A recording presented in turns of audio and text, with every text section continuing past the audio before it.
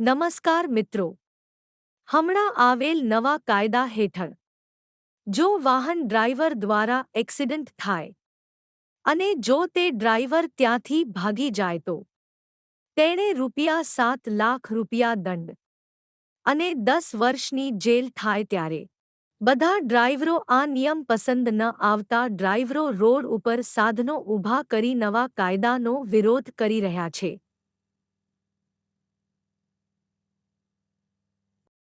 તો તમારું શું કહેવું? આ નવા કાયદાનું કોમેન્ટ કરજો.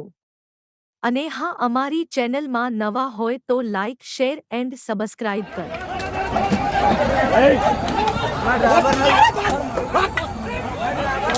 Hey!